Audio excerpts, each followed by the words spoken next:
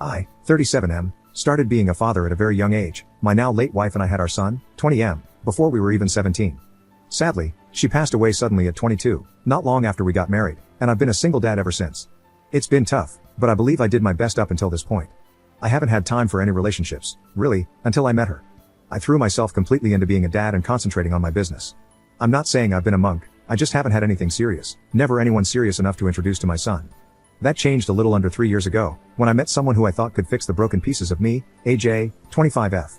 I wasn't expecting it, but before long, I was head over heels for her. The first 6 months or so were more casual, but when we realized we loved each other, we made it official. I was even planning to ask her to marry me next month on her 26th birthday, and I was going to ask my son to be my best man. I didn't introduce them at first because I wasn't sure how he'd take it, so we waited a while, but after they met last year, we've all hung out regularly since then, and everything was good. This year, however, they haven't seen each other much due to the lockdown and him being at university, but I didn't think much of that. I didn't get to see her that much either last month due to the lockdown again. However, I've noticed that as the past couple of weeks have gone by, she's been a bit moody and quiet. I asked her about it, and she chalked it up to just being stressed and overwhelmed.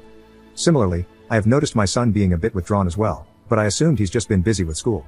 When I finally saw her again this weekend, I really noticed it, so I called her out on it. It took some time, but she broke down crying, and admitted she cheated on me. I was shocked, to say the least, and I tried to get her to explain what she meant. She, again, confessed that she cheated on me, and it wasn't with some random stranger or a coworker, no, it was with my son. Just before lockdown started in November, she was out with her friends and bumped into my son at a bar. They had a couple drinks together, shared a taxi, and ended up smashing that night. I basically threw her out right then and there, saying I never wanted to see her again. She was begging, pleading, and making a scene for me to forgive her, but I didn't have time to deal with that. I called my son to come over, and I confronted him immediately after he got here. He admitted everything AJ said was true, saying it was a huge mistake and was just in the moment, and begged me to forgive him. I told him he was no longer welcome in my home, and that I didn't want to look at him anymore. He didn't have anywhere else to stay, so he's at my mom's house at the moment. I haven't told her what he did, but she knows it's serious, given how close we have always been. AJ has been blowing up my phone and email, begging for another chance, and so has my son. I've packed up all, if not most of her belongings, and left it in front of her garden in a garbage bag. I even threw in the Christmas presents I got her too, let her enjoy them early. I'm absolutely distraught. These were the two people I loved most in the world. I wanted to marry her, maybe have kids with her, and spend the rest of my life with her. And likewise, he wasn't just my son, he was my best friend.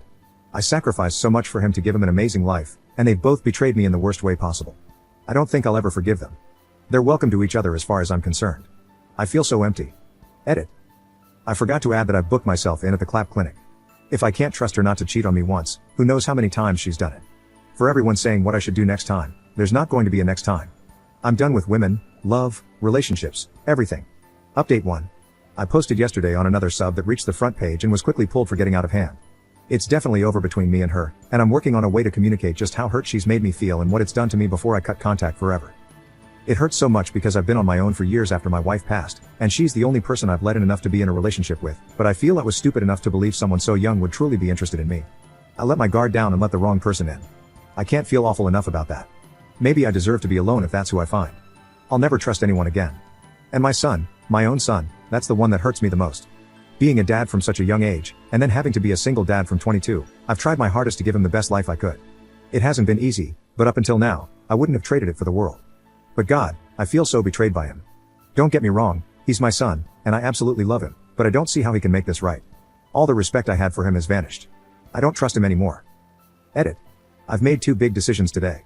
First, I've messaged my ex saying I want to meet up with her and talk. I'm not getting back with her, however, I want to see her face to face, look her in the eyes, and tell her how much she hurt me and that I want no more contact. I might even drop I was going to propose next year before all this happened. It's not for her, it's for me. Second, regarding my son, I've made the decision to sit with him and have him explain to my parents what he did, and why he's had to stay with him so far. I want him to see the disappointment in their eyes, since they're extremely close, and I want him to see that his actions have consequences. If he does that, there's a chance of us working things out. Update 2. I wasn't planning on doing another update originally because I received so many spiteful comments last time, but on the other hand, I also received a lot of support. I thought I'd update those who have been supportive. So basically, I met up with my ex, AJ, and asked her to be honest. I asked her to confess if there was anything going on previously, and if she's ever done anything with anyone else. She denied anything else happening, saying it was literally just this one time where she was out drinking with her friends, and she happened to see my son at a bar, and they drank together. When they were sharing a taxi, he admitted he liked her, made a pass, and that was it. She was saying things like she'd never ever do it normally, but because she hadn't seen me for a little while, and he reminded her of me so much that night, it just happened. I told her to stop blaming the drinks or anyone else for that matter, and that she needed to own up to her own mistakes, no one else. Then, I told her she's the first person I've let in and loved since my late wife, and that I've been happier with her in the past 3 years than I was for years before that. I even told her I was going to propose to her. She broke down, telling me again how sorry she is and to please give her another chance, and that she'll never forgive herself. I told her she needs to one day, so she can learn from this, but that's it for us. I'm blocking her number, email, and I don't want any contact again, and I left. I feel much better after meeting her, as devastated as I am. I do feel like that's a bit of closure. Simply to see that I don't really hate her, but actually pity her, through not being able to control her herself and keep it in her pants. It's cost her a relationship with someone she cares about, and likely will affect her relationships for years to come. Not that I don't think she's any less responsible or deserves what she gets, it has helped me to truly see how immature she is. Before this, I was blissfully ignorant because I was happy. Now, it's made me really conscious of it, and it'll never happen again. As for my son, I realized the other day when I made my post I was very angry, and the way I was typing seemed like I was going to flat out disown him. But let me stress that he's my son and I love him dearly. He's also my wife's son, and I could never just get rid of him, but he has let me down and really hurt me, and I have lost not just all respect for him, but trust as well. When I met with him and heard his side of the story, it was largely the same as hers, but the difference was he said she was being really flirty with him, and she said he really reminded her of me, and that's when he told her he had a crush and made his move. I told him what I wrote out above, that I love him, but have no respect or trust for him anymore. I also told him about my plans, that I was going to propose to her and even have him as my best man. He was gutted, just really silent and started crying. I told him we need to have no contact for a while. He needs to get a job and not work with me on weekends like he does at the moment, and we need to talk to my folks to see if he can stay with them for a bit.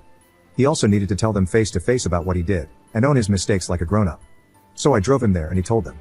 They were devastated, not just upset, but the look in my mom's eye, I'll never get over that. She told him how disappointed she was in him and that she never thought he'd do something like this. I asked her if he can stay there for the foreseeable future, but not for free. He has to pay his own way, proper board, contribute towards the bills, buy his own food, and she agreed out of respect for me. I also sat him down and showed him that I'd transferred over a large amount of money, and explained that was the money I was saving for AJ's engagement ring, but seeing as what's happened, I want him to have that as a reminder and to use it to pay his grandparents' rent if no one else. He was absolutely stunned at that, trying to give it back. I told him if he does that, we definitely are done. We've agreed on no contact at least until Christmas, and then we could spend Christmas together. I've been largely reflecting over the past few days, mainly on myself and why I went for AJ in the first place. I was extremely flattered when she asked me out, even though I'd never normally consider anyone that young, but in hindsight, she was the same age as my wife when she passed, the same ethnicity, and also did the same sort of job. So I guess I went for it because she was like my late wife, which honestly makes me really sad. I know I can't blame anyone else for that, but it also makes me realize that AJ was my only second ever serious relationship in my life. It also makes me massively miss my wife. I've been just having a bit of me time the past few days, having an Alan Partridge marathon. That was mine and my wife's favorite thing to watch together. It helps me feel close to her when I'm down. I definitely need to work on myself before I ever date again. I think I have too many issues to be a good partner at the moment. If and when I do, I'm not dating anyone her age again.